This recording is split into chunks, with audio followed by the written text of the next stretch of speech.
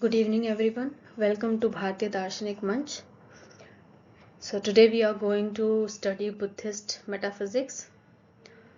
Earlier we have studied Charvaka metaphysics and after that we have studied Jain metaphysics. So now we have to move to Buddhist metaphysics. These are the four noble truths that Buddhism talks about, and you need to remember all these four noble truths. So let's see all the noble truths one by one. The first one is there is suffering, that this world is full of suffering. There is suffering, there is pain in this world. And as there is suffering, there must be some cause of that suffering. There must be some cause of the pain that people are having or the suffering they are facing. And the third truth is there can be cessation of suffering. So if something has a cause, then if we remove the cause, the effect can also be removed, right? So if you want to remove the suffering from your life, which is the effect of something, then when that cause, the cause of suffering, if that is removed, then there will be cessation of suffering. And the last noble truth is there are paths for cessation of suffering. So how to remove the suffering from your life? There are certain paths for that. Now moving towards the metaphysics, we need to learn these four theories for understanding the Buddha's teaching related to man and the world. The first theory is the theory of dependent origination. The second theory is the theory of karma. The third is the theory of change. And the last one is the theory of the non-existence. Now we will be reading all these theories in detail in this presentation. So first we are going to start with the theory of dependent origination or conditional existence of things. The things exist and they have the conditional existence. We will understand this. Now there is a spontaneous and universal law of causation. Buddhism talks about the law of causation, that there is something that is cause and there is something that is the effect of that cause. So we have this law which is universal in nature and which is spontaneous in nature, right? Now this law conditions the appearance of all events, mental and physical. All the events that are happening in the world, all the events that are happening in a person's mind, all these events including mental and physical, these are conditioned by the law of causation. So law and causation is this condition which conditions all the mental and physical events. This law, dharma or dhamma, we can say it dharma or dhamma, works automatically without the help of any conscious guide. So it does not need a conscious guide or a conscious agent or a efficient cause. It works automatically. Right now, in accordance with this law, with this universal law of causation, whenever a particular event, the cause appears, it is followed by another particular event, that is the effect. So when we have something as a cause, then we know that there will definitely be some effect of that cause, and hence there becomes a relation of cause and effect between two things. Now, on getting the cause, the effect arises. So when there is the cause, the effect arises in the next moment. So the existence of everything is conditional, dependent on a cause. Everything that exists in the world that is the physical existence, or everything that is existing in our mind, that is the mental event, they all are dependent on a cause. Nothing happens by chance. It is not like in Buddha's view, it is not the case that all of a sudden something appears, all of a sudden a tree appears, or all of a sudden water appears. It is not the case. There is always some cause for things. There is always some cause for tree. A tree, if we consider it as an effect, there will be the cause, and the seed can be understood as the cause of the tree. Now this is called the dependent origination. This universal law, when it is understood in this way, as we have explained, it is known as dependent origination, and it is also called pratītyasamutpāda. Okay, now talking about this view, it avoids two extreme views. So what are the two extreme views?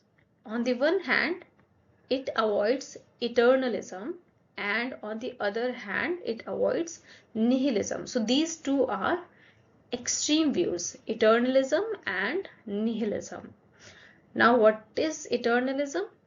It is a theory that says that some reality eternally exists independently of any condition. There is some reality that is existing of its own. It does not have any cause, right? And by nihilism, we understand that a theory that talks about something existing can be annihilated or can cease to be. If something exists, it can vanish at all. Well, it can vanish without producing an effect. So suppose a person is existing right now and the person vanishes in the another moment, right? So this thing does not happen in practical life. We see that seed produces plant, so seed is the cause and plant is the effect, and plant does not disappear all of a sudden without any reason, right? There's always some cause behind its disappearance. So these two views are avoided by the theory of pratītyasamutpāda or dependent origination. Now talking about Buddha's claim, he holds the middle view. He does not hold the two extreme views, that is eternalism or nihilism. Now what is his view is that everything that we perceive possesses an existence but is dependent on something else, and that thing does not perish without leaving some effect. So suppose that the plant exists, it exists because of the seed. So seed is the cause and plant is the effect. And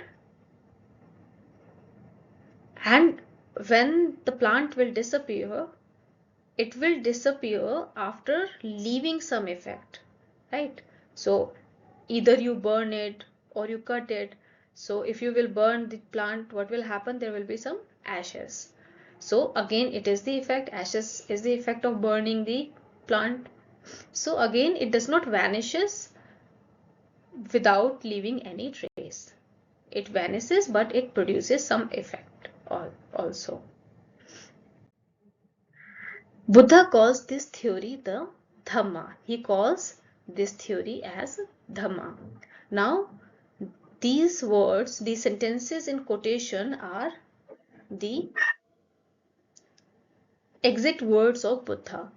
What Buddha said is that let us put aside questions of the beginning and the end.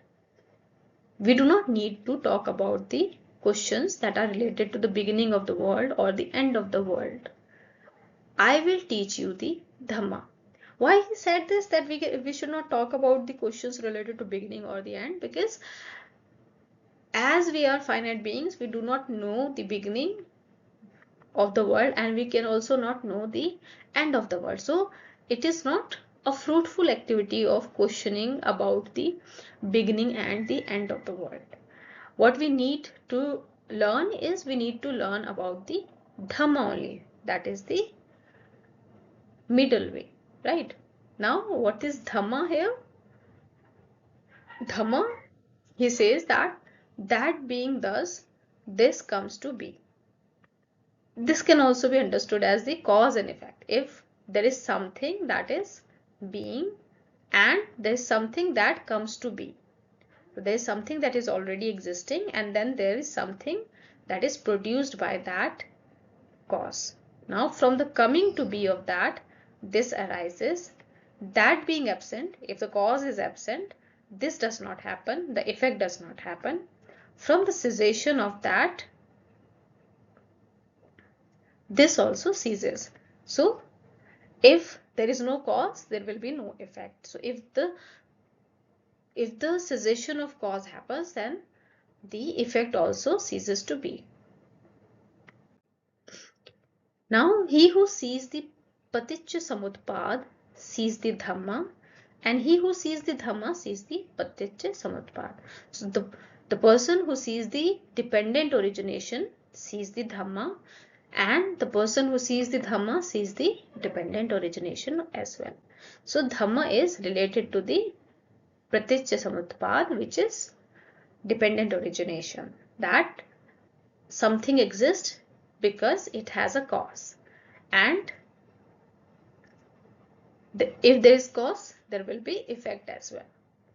Now it is compared to a staircase. We are taking an example of a staircase. By mounting which one can look around on the world and see it with the eye of a Buddha. So if we mount on a staircase, at the topmost level we can see the world.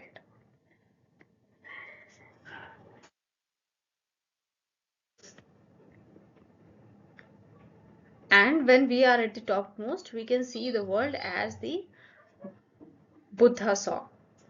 Now it is the failure to grasp this standpoint which is the cause of all our trouble. So according to Buddha, the reason of our trouble is that we do not see the dependent origination, or we do not see that everything that exists, or suppose if we talk about the suffering that we are facing, there is some cause of that. There is some cause of that suffering, or there is some cause of the existence of anything that we are talking. Now later Buddhism does not pay much heed to this theory. Later Buddhism does not pay much attention to the theory of pratītyasamutpāda. So the first theory is completed. Talking about the second theory, which is theory of karma. The belief in the theory of karma is only an aspect of pratītyasamutpāda. So it is only an aspect. The theory of karma, the understanding of theory of karma is only an aspect of understanding pratītyasamutpāda. So the present existence of an individual is, according to pratītyasamutpāda and as according to the theory of karma, the effect of its past. So whatever we are right now, we are the effect of our own past. This is based on these two theories, the pratītyasamutpāda and the theory of karma. And its future would be the effect of its present existence. So whatever we will do today will become our future. So of course we have seen that there is some cause and effect relationship between our existence now and our existence in future. The law of karma is only a special form of the more general law of causation as conceived by Buddha.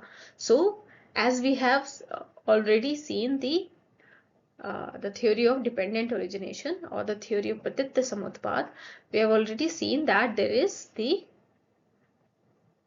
law of causation, and when we talk about the law of karma, it is only a special form of law of causation, right?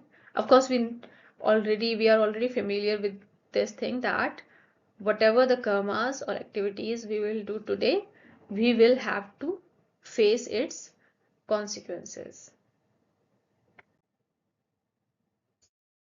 Now the third theory, that is the doctrine of universal change and impermanence, comes. The doctrine of dependent origination also yields the Buddhist theory of the transitory nature of things. So we started with the theory of dependent origination, then we moved towards the theory of karma. Now we have moved towards the theory of universal change and impermanence. So what happens that this theory of dependent origination, it yields Buddhist theory of the transitory nature of things, that things are transitory in nature, they are not permanent, and all things are subject to change and decay. So all things are subject to change and decay. Why they are subject to change and decay? Because they are born, they will die, and there is some cause. So the effect, the cause of death is that the person is born. So the birth is the cause and the death is the effect. So if somebody is born, the person will die eventually, and in between the birth and death there is change, right? As you might remember that in Jain metaphysics, what we studied, it was that there is utpad vyay and dravya, that there is something that is originating, there is something, and that something that is originating is also decaying, and apart from this origination and decay, there is something that is permanent as well. But in Buddhist metaphysics, we are studying that all things are subject to change and decay. So Buddhists are not talking about any permanent thing. Now, as everything originates from some condition, it disappears when the condition ceases to be. So, of course, suppose the origination of an earthen jar is that there is some clay and there is a potter. So an earthen jar is originated because there is clay. So clay is the cause and earthen jar is the effect. But suppose if there is no clay, what will happen? There will not be any earthen jar. So if you remove the cause, there will be no effect. Now, whatever has a beginning has also an end. This is something what we already know, that if something has a beginning, if something is originating, it will also end at some point of time. Buddha says, know that whatever exists arises from cause and conditions and is in every respect impermanent. Whatever is existing, right, be it a plant or a human body, everything has a cause and conditions. There are some conditions and causes because of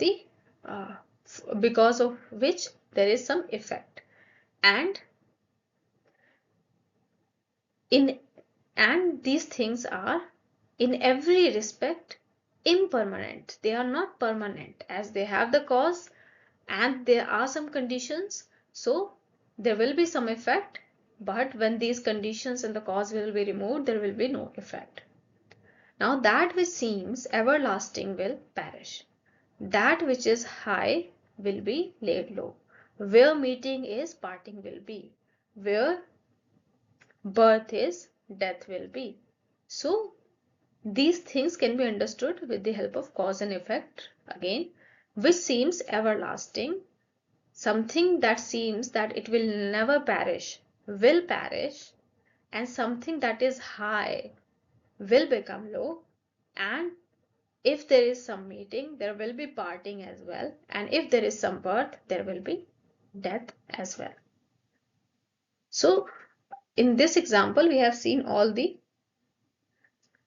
the aspects of cause and effect, like the beginning and the death, the meeting and the parting, the high and the low, the opposite things, right?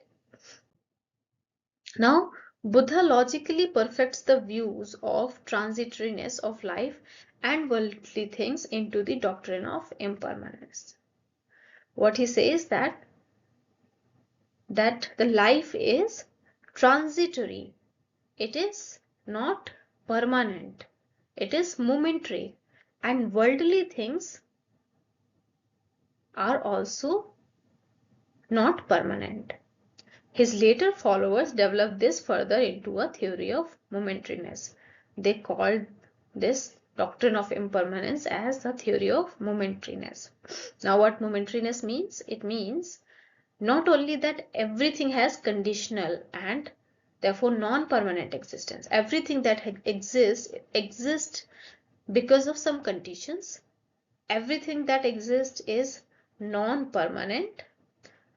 Also, things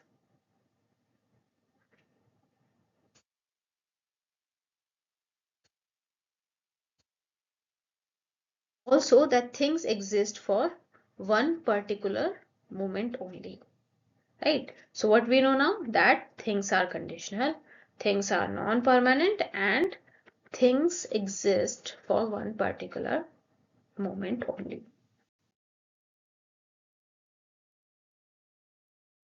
We have this example.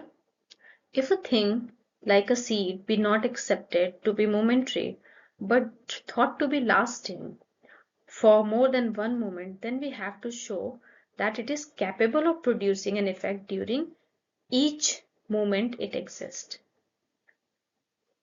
So, suppose if we are not accepting a seed to be momentary, but we accept that it exists for more than one moment. So, suppose it is existing for moment which is t1 and t1 and t2. Two moments it is existing for this moment and this moment as well.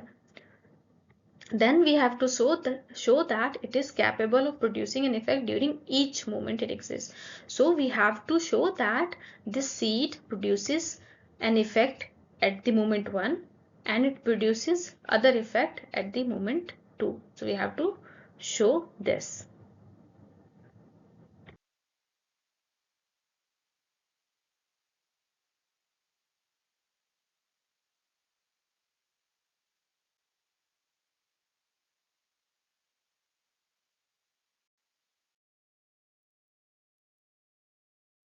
Now again, if it really remains the same unchanging thing during these moments, then it should be able to produce the same effect at every one of those moments. So as we were saying that if the seed exists for two moments, it has to produce one effect at one moment and other effect at the second moment. And if we are not accepting that it is changing in both the moments, if we accept that it remains the same in both these moments, then it should be able to produce the same effect at every one of those moments. Then the seed, if it existing at one moment and at second moment as well, and it is not changing, then it needs to be able to produce same effect.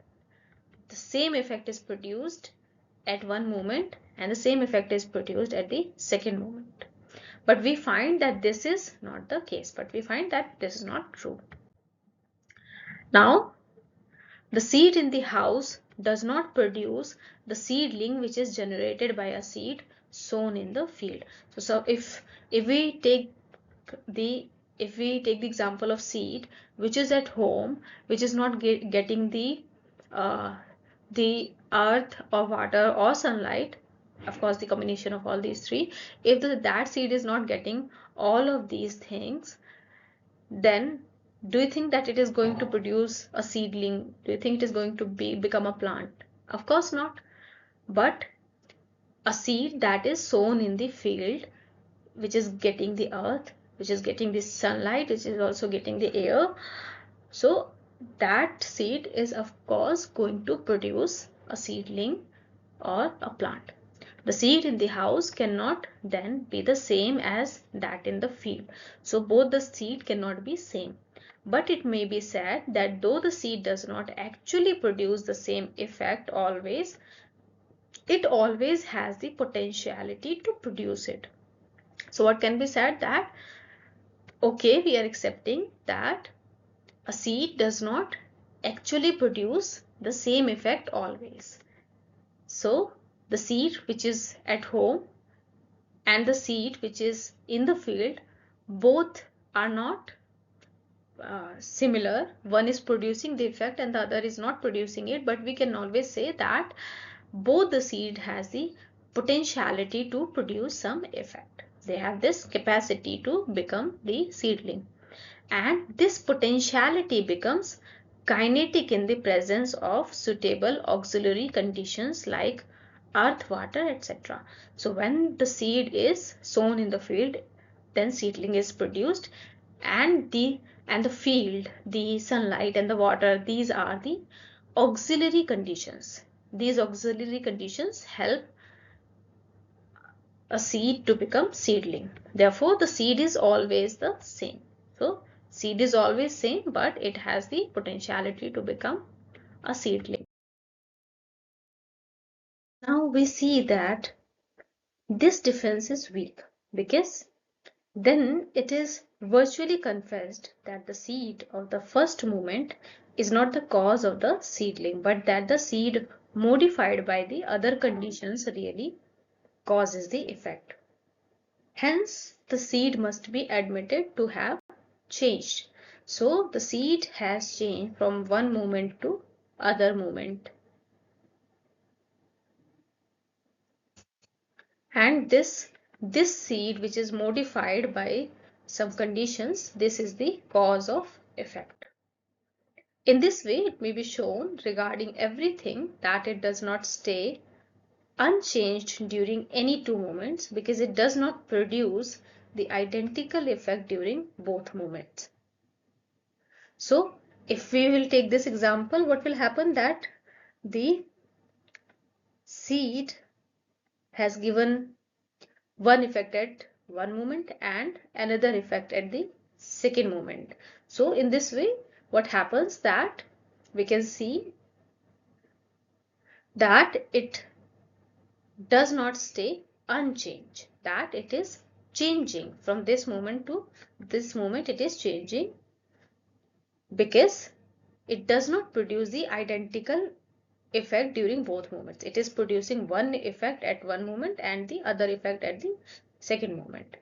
Hence everything lasts only for a moment. So as we can see that this example of a seed producing one effect at one moment and another effect at second moment is not right, is not feasible. So we can say that everything lasts only for a moment. Hence we have to accept that this moment is not necessary here. Only this one moment is sufficient. Hence what happens, everything lasts only for a moment. Hence this is proved. Now the last theory, that is the theory of the non-existence of the soul. The law of change is universal, as we have already seen, that this law that everything changes is universal. Neither man nor any other being, animate or inanimate, is exempt from it. So nobody is exempt from it. Man changes, other beings changes, animate things they also change, inanimate things they also change. So change, the law of change is universal. It is commonly believed that in man there is an abiding substance called the soul, which persists through changes that overcome the body, exists before birth and after death, and migrates from one body to another. So this phenomena, the acceptance of the soul, is commonly believed. Okay, whether Buddhists are believing it or not, we will see later. But what is the position here? That the acceptance of soul is a common acceptance. What people believe, that there is something that is called soul, there is something that is called atma, and this soul and this atma is an abiding substance. It persists through changes. So whatever changes, but the soul does not change. Soul always remains the same, and it overcomes the body. It exists before birth. Soul is something that existed before birth, and it will exist after death. So what will happen that according to common belief that a soul is permanent and body changes. Before birth soul was there, after death soul still will be there, but the body changes, right? And this soul migrates from one body to another. The soul is something that is migrating from one human body to another body, or we can say that from one material body to another material body. But then how does he explain the continuity of a person through different births, or even through the different states of childhood, youth, and old age?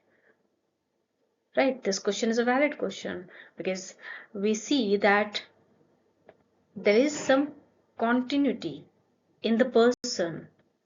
That of course the body changes, but there is something that remains the same, and that the person identifies himself with that continuous thing.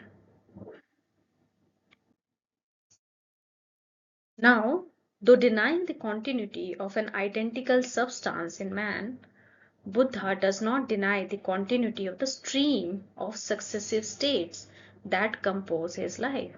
So Buddha is denying the continuity of an identical substance in man, that there is nothing that is permanent, but that Buddha says that there is something that is the that continues as the stream of successive states. So there's something that is continuous, but that continuity is related to the stream of successive states, right? Now, life is an unbroken series of states. So one state, then the other state, and then the other state. Each of these states depends on the condition just preceding and gives rise to the one just succeeding it.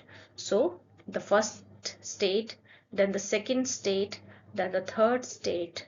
So what happens that the first state is giving rise to the second state, and the second state is giving rise to the third state, and that's how there is this stream of successive states.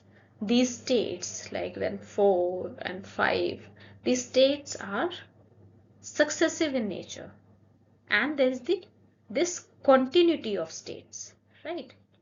The continuity of the life series is therefore based on a causal connection running through the different states.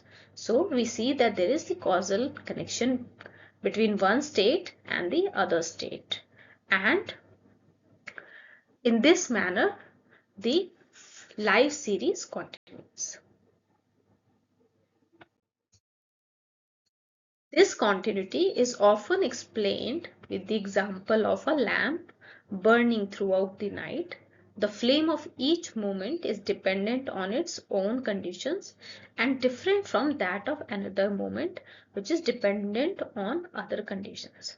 So what happens in a lamp? That there is continuous fire in it, but that continuous fire is not one single fire, it is a successive states of fires. So at one particular moment the oil comes and the lamp burns, and then there's fire, and at another moment also, as the oil is approaching to the thread, the fire is continuing, right? So in this similar way life also continues, yet there is an unbroken succession of the different flames.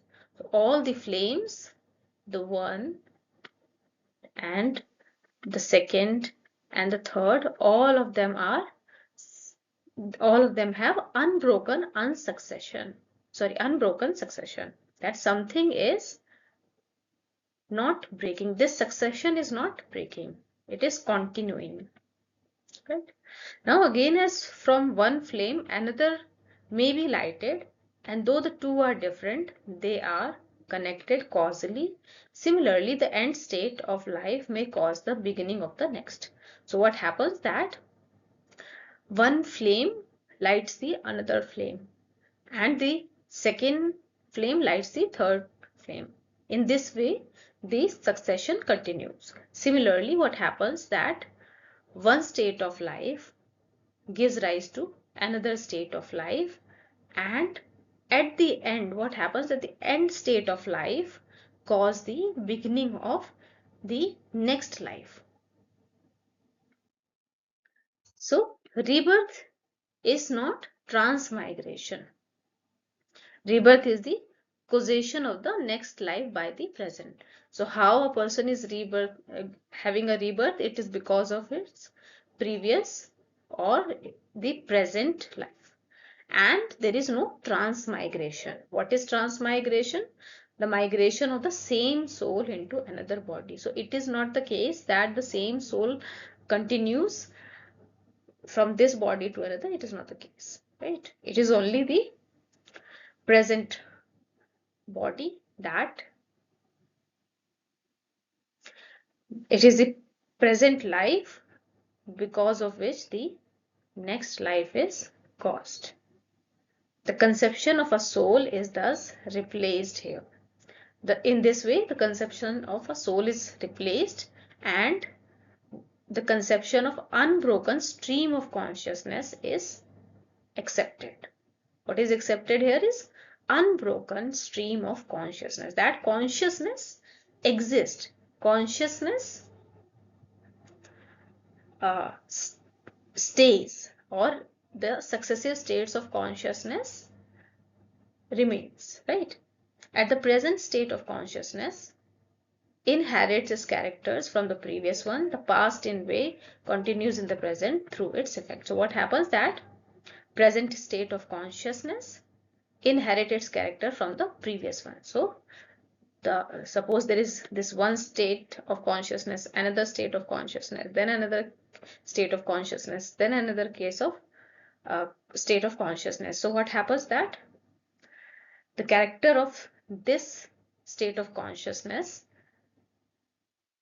are inherited by the characters of this state of consciousness.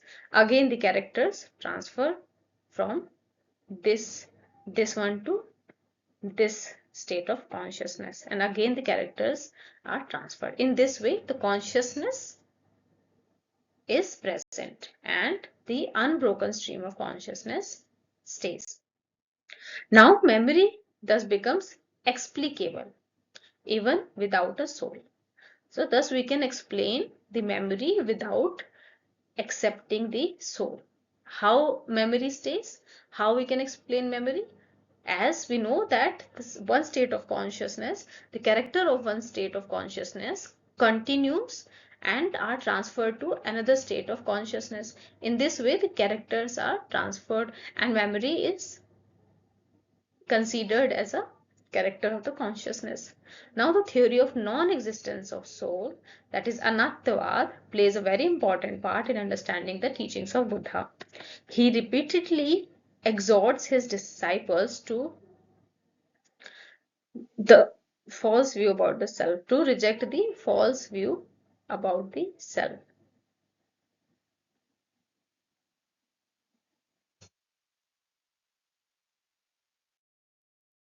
Now Buddha points out that people who suffer from the illusion of the self, people who accept the self or the atma, do not know its nature clearly. All those people who are accepting that the existence of an atma or a soul do not know its nature, but they strongly protest that they love the soul. But still, even they do not know what a soul is, what its nature, what are its characters, still they say that they love the soul, they love the atma, they want to make the soul happy by obtaining salvation. And these people also say that they want to make the soul happy by obtaining salvation, obtaining moksha.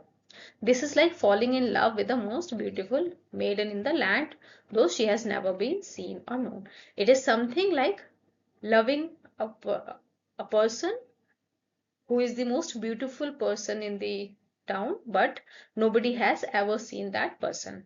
So if nobody has seen that person, there is high probability that such a person does not live or does not exist. Now, it is like building a staircase for mounting a palace which has never been seen. So it is something like building a staircase for some palace which nobody has seen.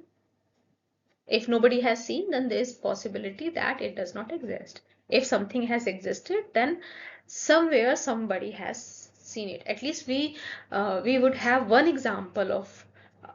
its uh, one example of its being seen by somebody. Now, man is only a conventional name for a collection of different constituents. The material body, that is kaya, the immaterial mind, that is manas or chitta, the formless consciousness, that is vijnana, just as a chariot is a collection of wheels, shafts, etc. So here Buddha is accepting the material body or the kaya as a collection of different constituents. The existence of man depends on this collection, and it dissolves when the collection breaks up. So when the collection of manas, vijnana,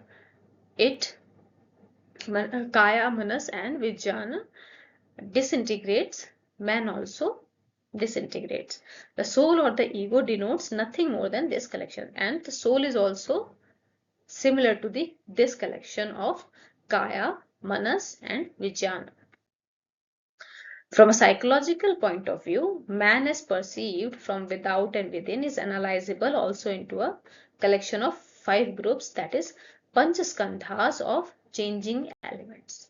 So from one perspective, we can say that man is a collection of 3 things, that is body, manas, that is kaya, manas and vijnana. And from another point of view, we can say that man is a collection of panchaskandhas. Now what these panchaskandhas are? First is roop, that is form. What is roop? So roop consists of the different factors which we perceive in this body having form.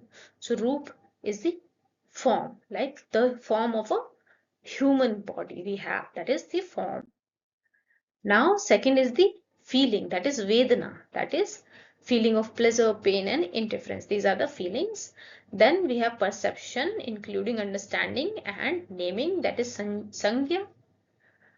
Then predispositions or tendencies generated by the impressions of past experiences, that is sanskaras. And lastly, consciousness itself, that is vijnana.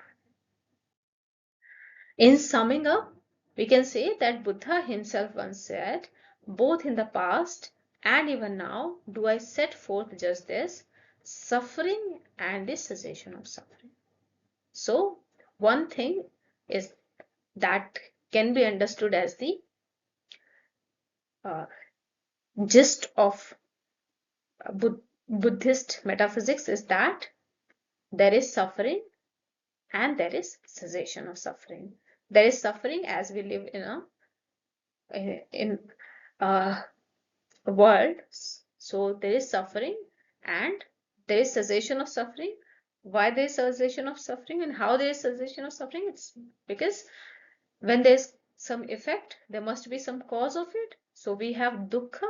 So there must be some cause of that dukkha or that suffering. So when we remove the cause, we can also remove the effect. Thank you. That was all for this lecture. We will meet in next lecture, and if you have any question, you can ask in the comment box.